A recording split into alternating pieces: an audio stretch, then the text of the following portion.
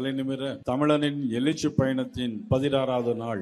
இந்த தர்மபுரி மாவட்டம் மிக மிக முக்கியமான மாவட்டம். எப்படி அமெரிக்கா நீர்வீழ்ச்சி நயாகரா உலக பிரசித்தி பெற்றதோ அதே போல ஒகனேக்கல் நீர்வீழ்ச்சி என்பது உலக பிரசித்தி பெற்ற ஒரு நீர்வீழ்ச்சி என்பதை யாரும் மறக்க முடியாது. செந்தூரம் என்று சொன்னாலே இனிக்கும். ஆனால் இப்படிப்பட்ட இந்த மண்ணில் மாம்பழங்கள் அதிகமாக விளைச்சல் மண்ணில் மாம்பழத்திற்கு ஆதார விலை இல்லாமல் 5 ஆண்டு காலம் இந்த கிடப்பிலே போட்டதன் விளைவாக மாம்பழங்களை ரோட்டிலும் காவிரி ஆற்றிலும் கொட்டக்கூடிய ஒரு சூழ்நிலை ஏற்பட்டது. அது மட்டுமல்ல, மரவள்ளி கிழங்குக்கு ஆதார விலை தருவோம் என்று சொன்னார்கள். ஆனால் இன்றைக்கு வரலாறு காணாத வீழ்ச்சி மாம்பழத்திற்கும் மரவள்ளி கிழங்கிற்கு வந்திருக்கிறது என்று சொன்னால் அது விவசாயிகள் விடுகின்ற கண்ணீராக இன்றைக்கு இந்த ஆட்சியில் நடந்து கொண்டிருக்கிறார். குரும்பட்டி கிராமத்தில் சொன்னாங்க, எங்களுக்கு எல்லா இடங்களிலும் கொண்டு போக முடியவில்லை, வண்டி லாரிக்கு நாங்கள் வாடகை கொடுக்க முடியவில்லை, எங்களுக்கு ஒரு கிடங்கு அமைத்து அதிலே எடுத்துக்கொண்டு போகும்படியாக செய்ய வேண்டும் என்று சொன்னார்கள். 50,000க்கும் மேற்பட்ட விவசாயிகள் இதிலே கண்ணீரும் கம்பளையுமாக இருக்கிறார்கள். இதற்கிடையில் நாடு போற்றும் நல்லாட்சி என்று சொல்லுகிறார்கள். காய்கனி சார்ந்த இந்த மாவட்டம் காய்கனி விளைச்சல் தோட்டக்கலையில் எந்த விதமான ஏற்பாடுகளும் இல்லை.